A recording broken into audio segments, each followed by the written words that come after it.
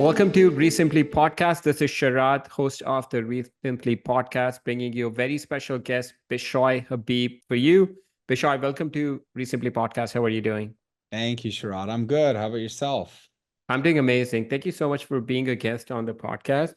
Tell us a little bit about yourself. Where do you live, and how are you related to this crazy world of real estate? So if you can see the jersey back there, that's a Tampa Bay Bucks Mike Evans. I'm based in Tampa Bay, Florida. I've been here in Florida most of my career. I spent 2 years in New York as well, my first 2 years out of law school.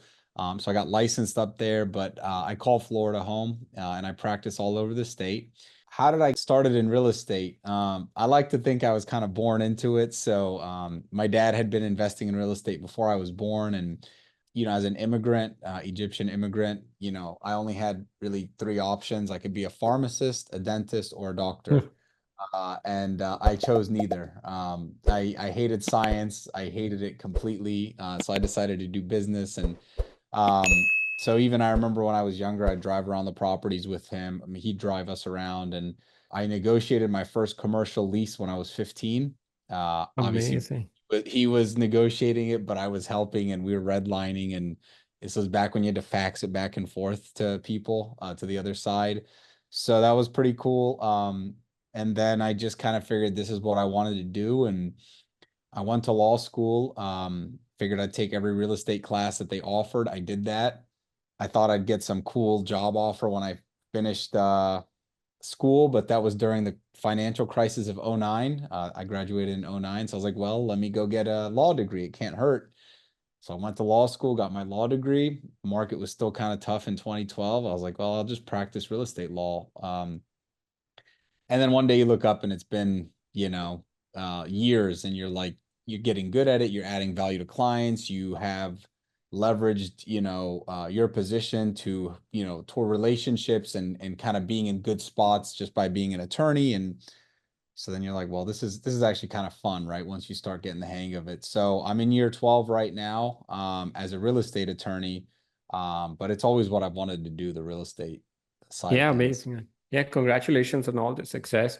So you started in New York for a couple of years and then you decided to move down to Florida. Any reason? Do you have family in Florida or just no Yeah. state income tax?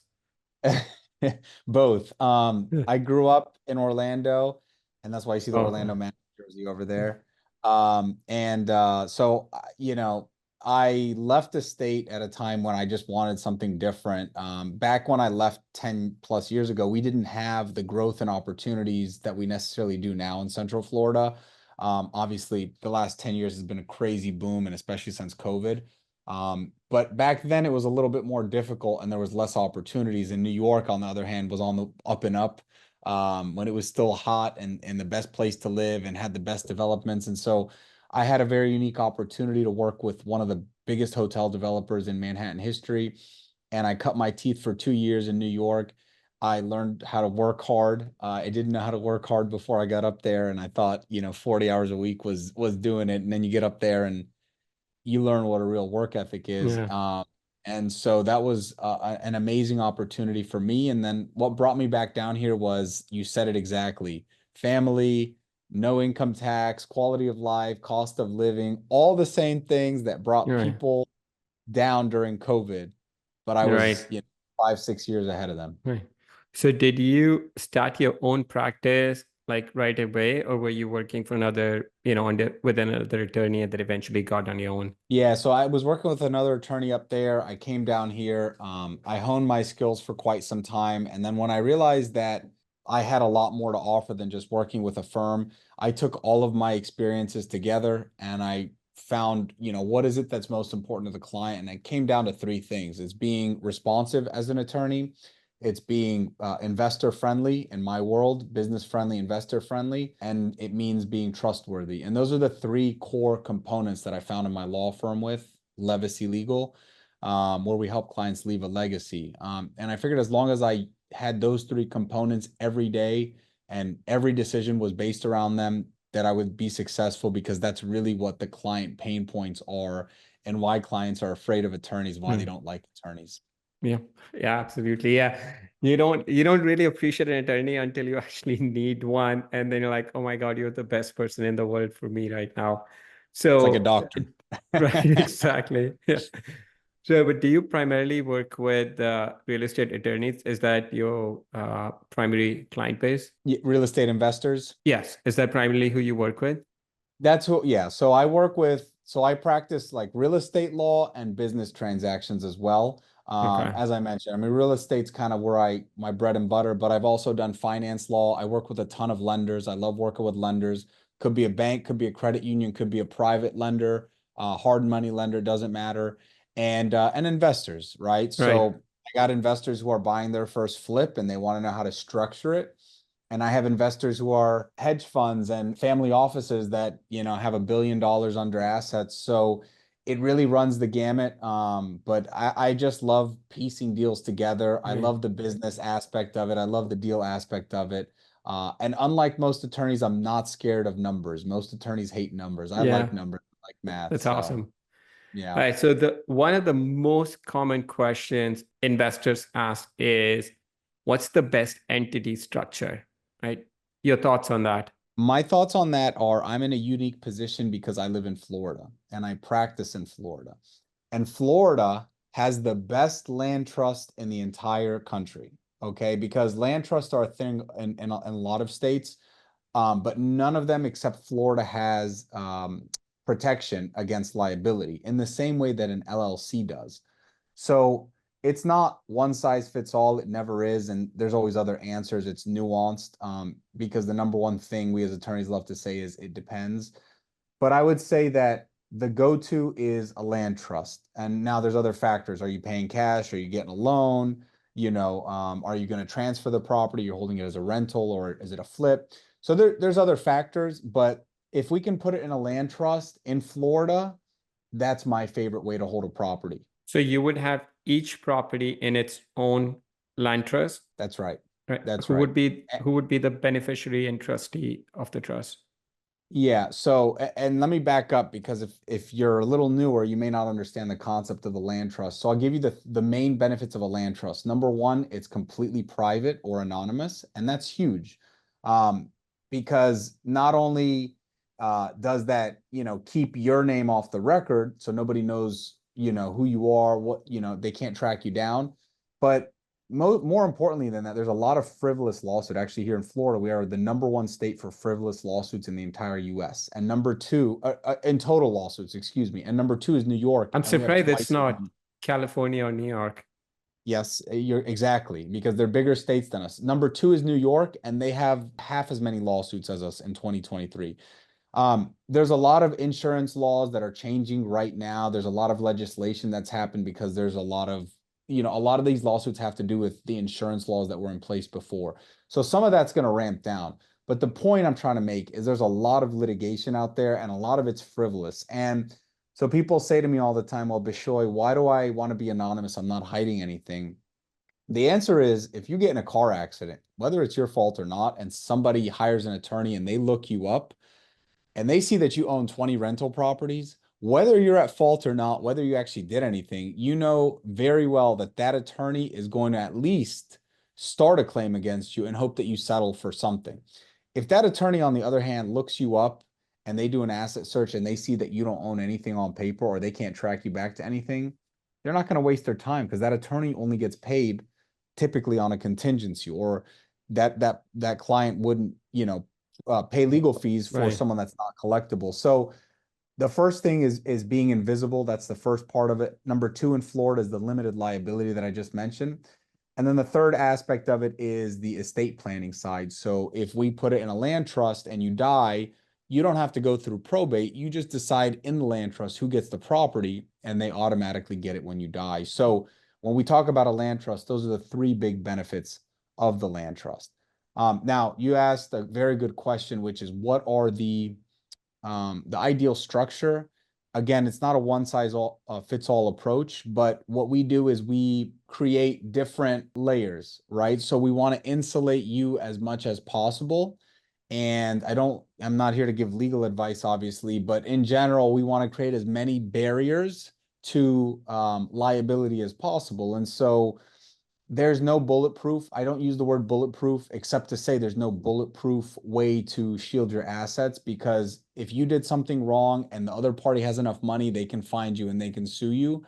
But at the end of the day, we try to mitigate that risk as much as possible. And the way we do that is through different layers and barriers that we create. Right. I live in California. I buy my properties in Indiana. I own several rentals and I do flips.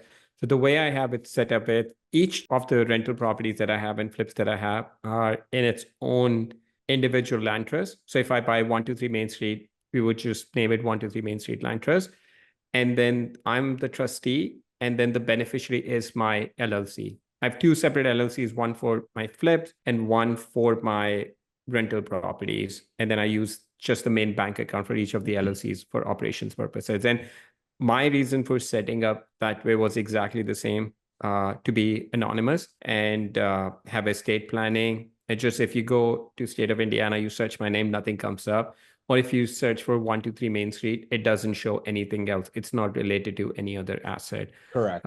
Correct. Yeah. Is that what you most commonly notice, that people would set up the beneficiary as the LLC and they will be the trustee on the document? So you're half right and half wrong, and in my opinion, what I like to do. And so the half that you're right is having an LLC own it. And I think that aspect of it is even more important in other states. The reason it's not as important in Florida is because there's no personal liability in a land trust. And we're the only state in the entire country like that, where as long as you don't do anything malicious, or fraudulent, then you can be protected from personal liability as a beneficiary. So I do set them up like that all the time. It's more important in a state like Indiana than it is in Florida. The part that I would change in what you're saying is I wouldn't name you as a trustee, because at least in Florida, the name of the trustee is on the public record. So the way the deed reads and the way the public record search is, let's say I was a trustee of the Main Street Trust, it would say this property vests in Bishoy Habib as trustee of the 123 Main Street Trust.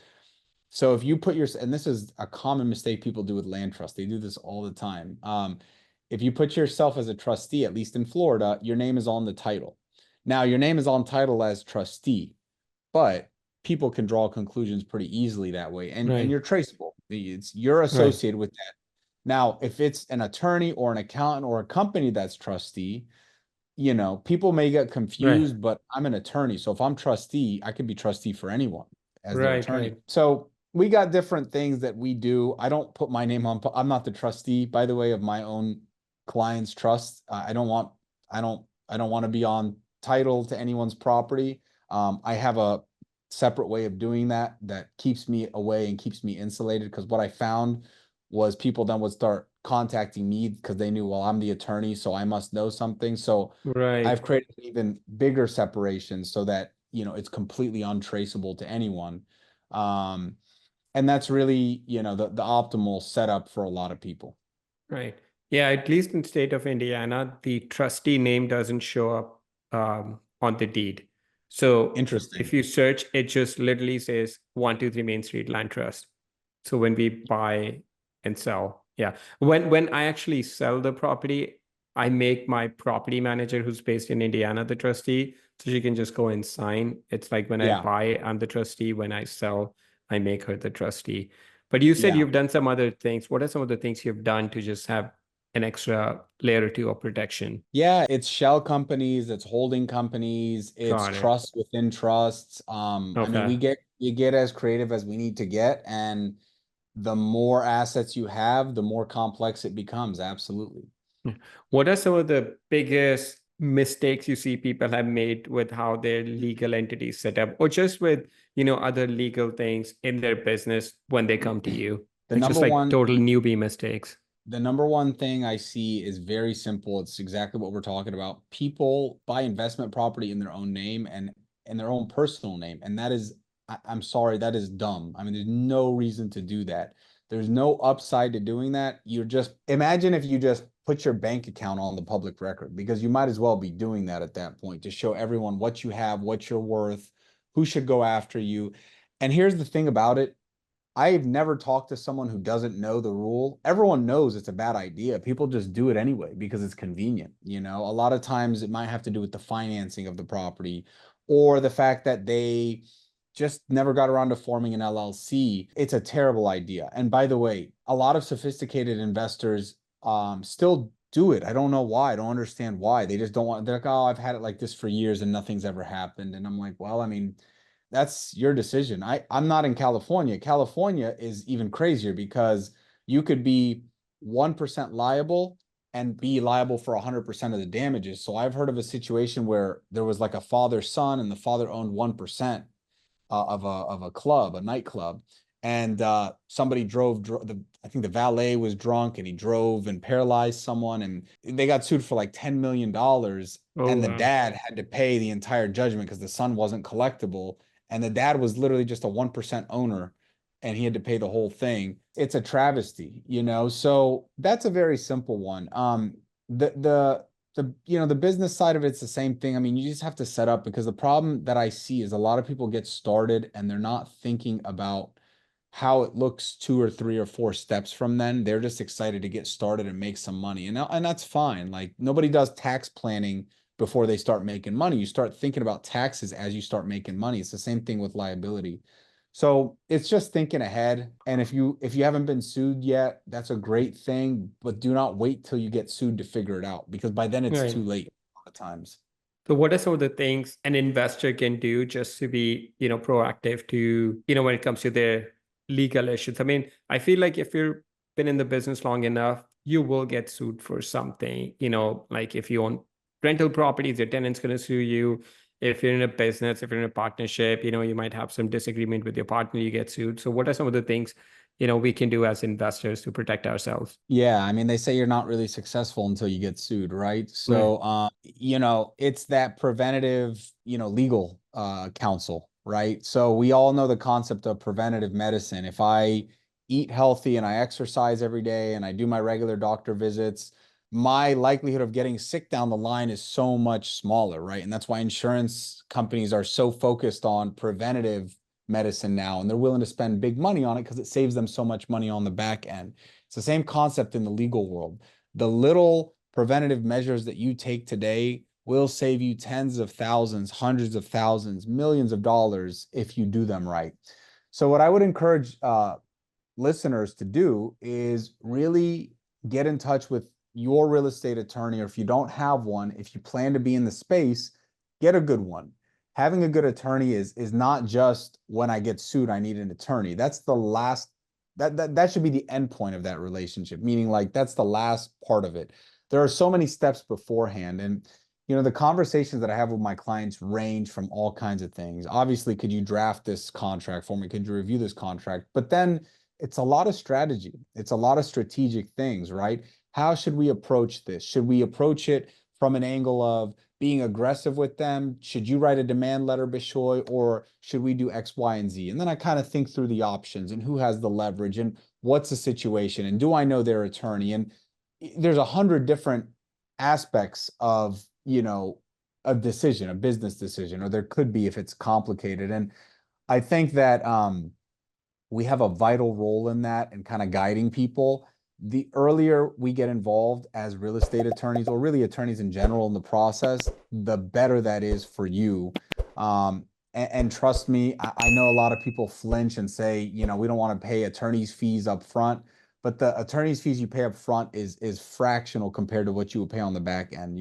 Whether that's reviewing a contract and making sure that there's an attorney's fee provision in there, right? This is something I did a talk on recently. Was, someone said, what's a clause that we should always be aware of?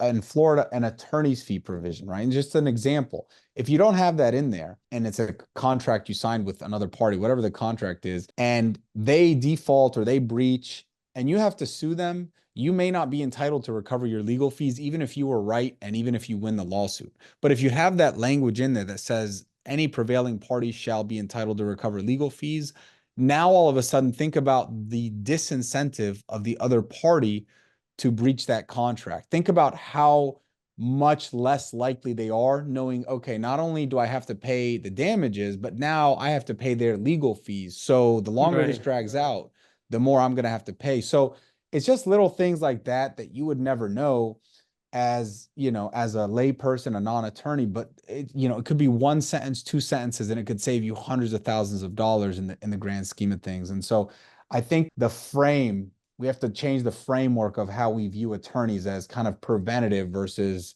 when things go bad. Yeah, absolutely. I'll give you another, like, in similar context. I'm in the process of, I used to live in Canada until mid last year. So I moved to US last year. And then I'm working with a new accountant. And it's such a different experience working with this accountant, to your point. He's helping me be more proactive with my taxes and not say, hey, just Sharad, send me your financials at the end of the year and I'll file your tax. And he's saying, okay, let's just look at what you can do right now. So you have a low tax liability at the end of the year, which is a totally different experience. Like whether it's come to, hey, let's just do this change with your entity structure, right? If you're using your card for business purposes, let's make sure you're documenting everything.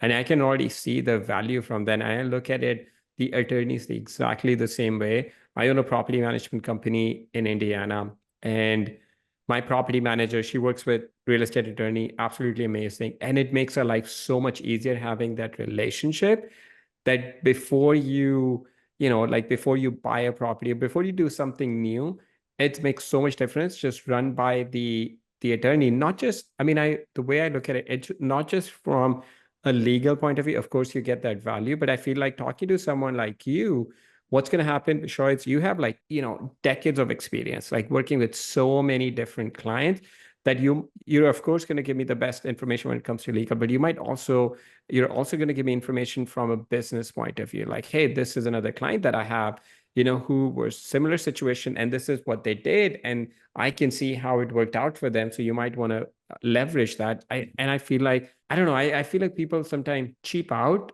not spending, getting the best attorney, getting the best accountant, and it ends up costing so much in the long term that you're like, man, if you just hired an attorney, a good attorney to begin with, you'd be so far ahead in terms of how you set up your entities.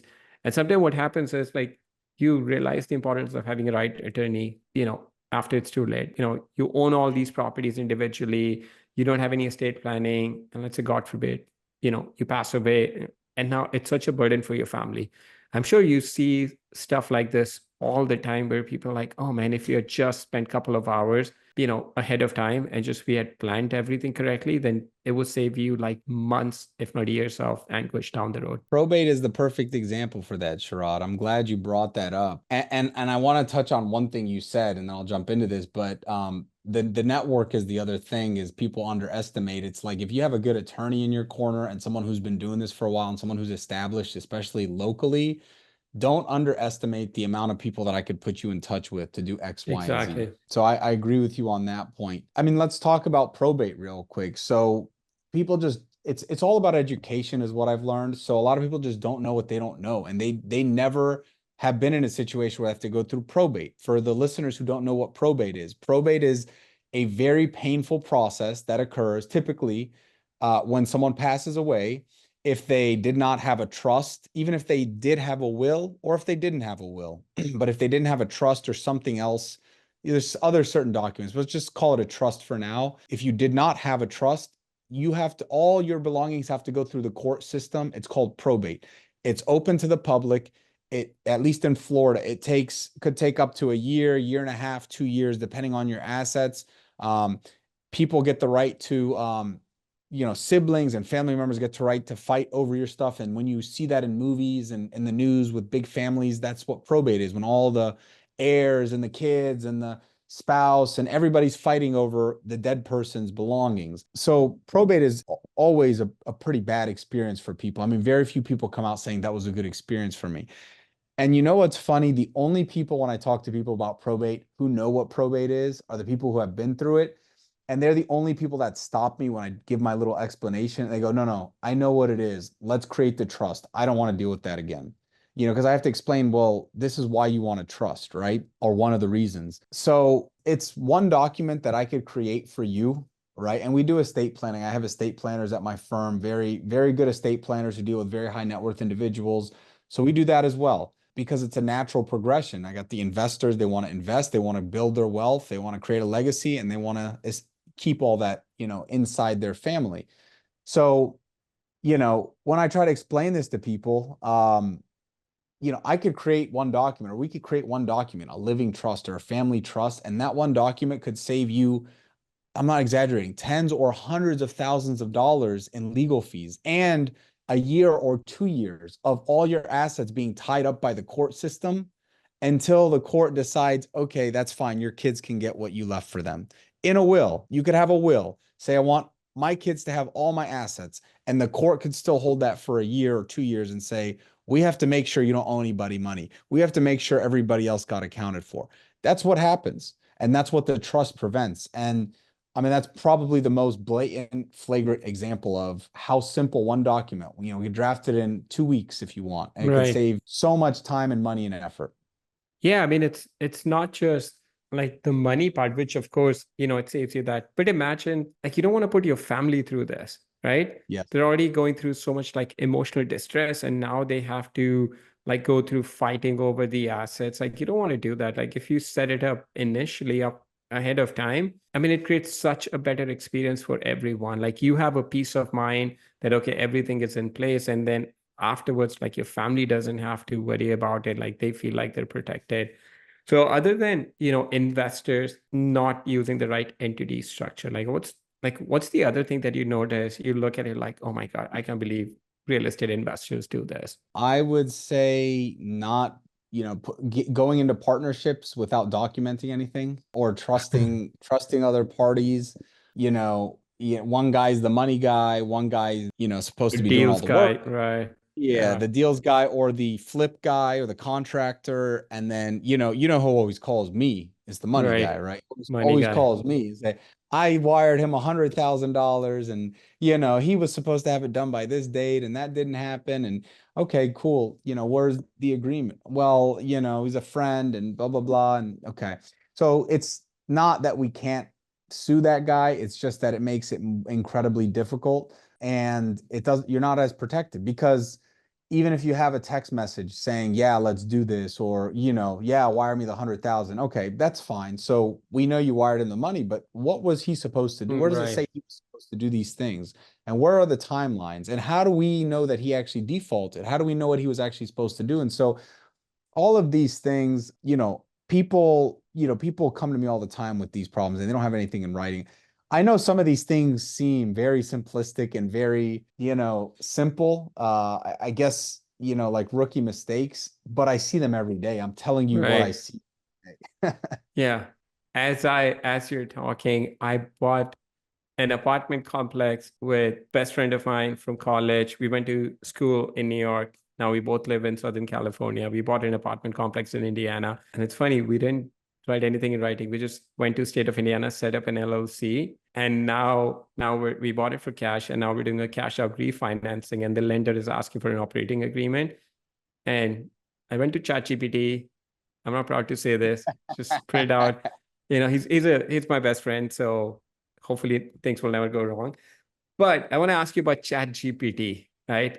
I'm sure you get clients who come to you with something, some research they've done on ChatGPT. Like, how do you see that impacting real estate investors when it comes to protecting themselves legally? Or like, has that not had any impact with like in your practice? No, it's had an impact. I think a lot of people, I think I'm diving headfirst into the AI space. I'm not a tech guy by nature, but I'm forcing myself to become one, and I use the tools every day. I read every day on updates. I hired an AI consultant in my law firm. I hired an AI consultant in my other real estate business. And we consult with him every week, and he's building us different, tools. So the AI conversation is very relevant to everybody, and especially those in like the service industry, like what I'm doing, an accountant, honestly, even doctors are on the cusp of, not being replaced, of course, but you can go and read about how, AI is detecting cancer at a much higher rate than, humans, right? Because there's a much slimmer risk of error. Hmm. So we're not at the point right now as a legal field where AI has like replaced us. You know, the problem with AI right now is that it's not capable of drafting a 30 or 40 page document, right? It's too expensive. It doesn't make sense. And the day it does, I'll know about that. But you know, it's definitely changing the world. As an attorney, I feel like we need to lean into it. I've had good experiences with it. I mean, I love it, but I've had experiences as well where, you know, it spits out garbage. You know, you'll try to ask it a question. Well, not everybody, but in the legal world, everybody's heard of this case in New York where one of the attorneys in a legitimate case asked ChatGPT. Now, this was when it was newer, like a year and a half ago, asked ChatGPT about a case and it recited, like, I don't know what he prompted it, but it came out with like a whole brief and he submitted it to the court. He didn't review it. He didn't cross-reference it. All of the reference cases in there were fake. It was all made up. Oh, None of wow. them were real. The judge, of course, looked up the cases. She's like, what is this? They suspended the attorney for a long time. Wow. And they publicly, like, they made it a big thing. And that was the first foray of AI into the legal world that Wow. most attorneys had heard of. And ever since that moment in time, it's been a very hot topic. And you know how it goes, a few bad apples, Right. ruin the bunch. So not most attorneys are not that dumb to just use it without reading it or reviewing it. But I can tell you it is absolutely a crucial tool in what we do. I haven't had people like tell me they drafted documents and had me review them on ChatGPT, but you know, I talk about it with my clients all the time. And I mean, it's just progressing so fast that if we have this conversation in 6 months from now, we're going to be having a different conversation. Absolutely. Absolutely. No, I mean, this is like we leverage ChatGPT a lot in our company for like writing emails, writing like content just as a starting point. And I do it in my like personal stuff also.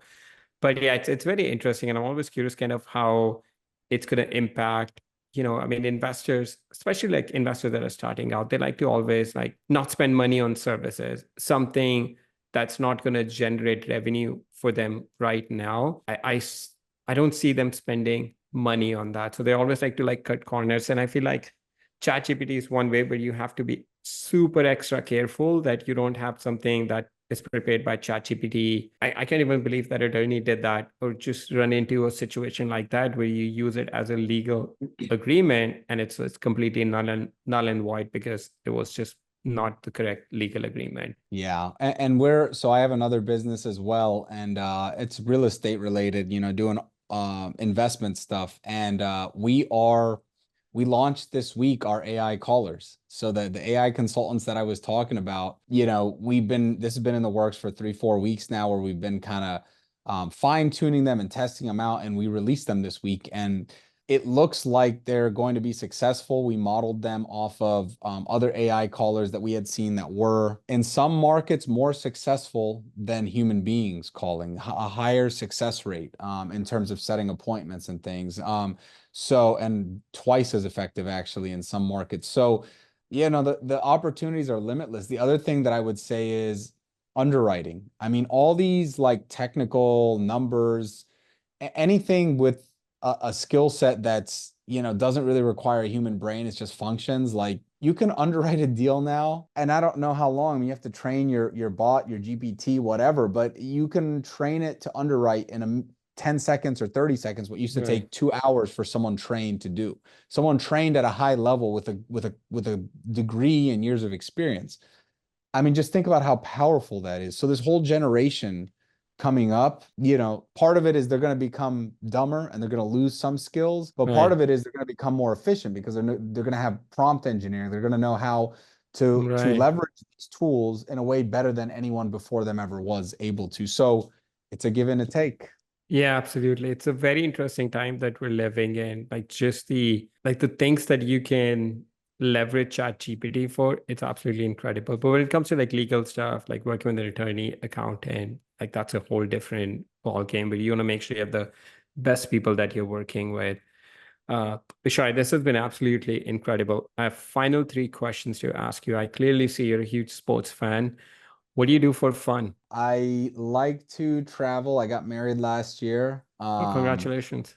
Thank you, thank you. And so it's been an awesome year and some change. It gives life more fulfillment, more meaning, more purpose. And so I had been a big traveler before, and then I got caught up in work, and I had gone like 5 years without doing a really cool trip, a little bit before COVID. And then ever since we've been married, we've been to like 5 different continents. Oh, wow. And so it's been awesome to kind of have that back in my life. I love playing sports. I love going to sports events. So those are kind of the things that keep me busy. Yeah.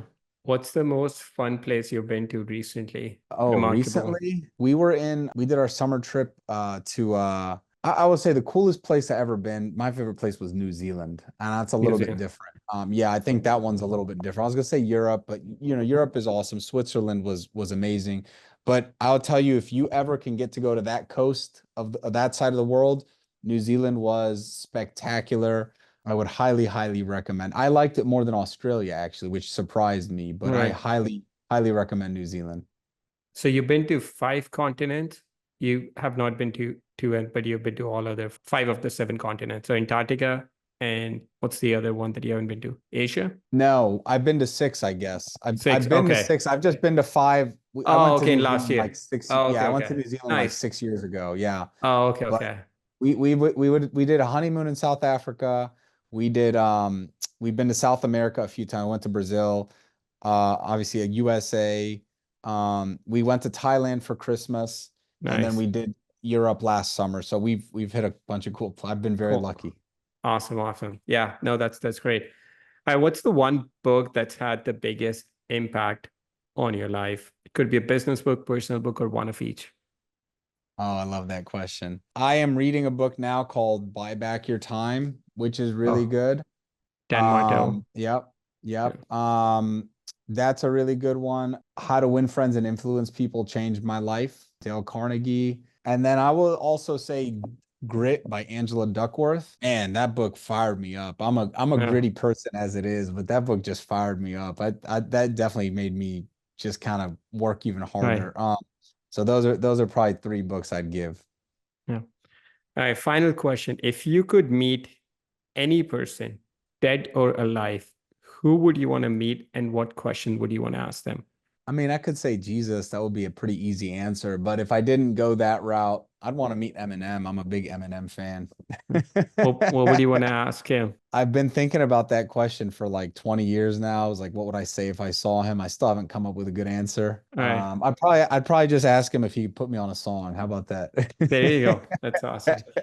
Yeah, that's great. Bishoy, this has been absolutely incredible. Someone listening to this wants to connect with you, learn more about your journey. What's the best way for them to do that? Absolutely. So I'm all over social media nowadays. Attorney Bishoy is the handle. Attorney Bishoy, Instagram, TikTok, YouTube.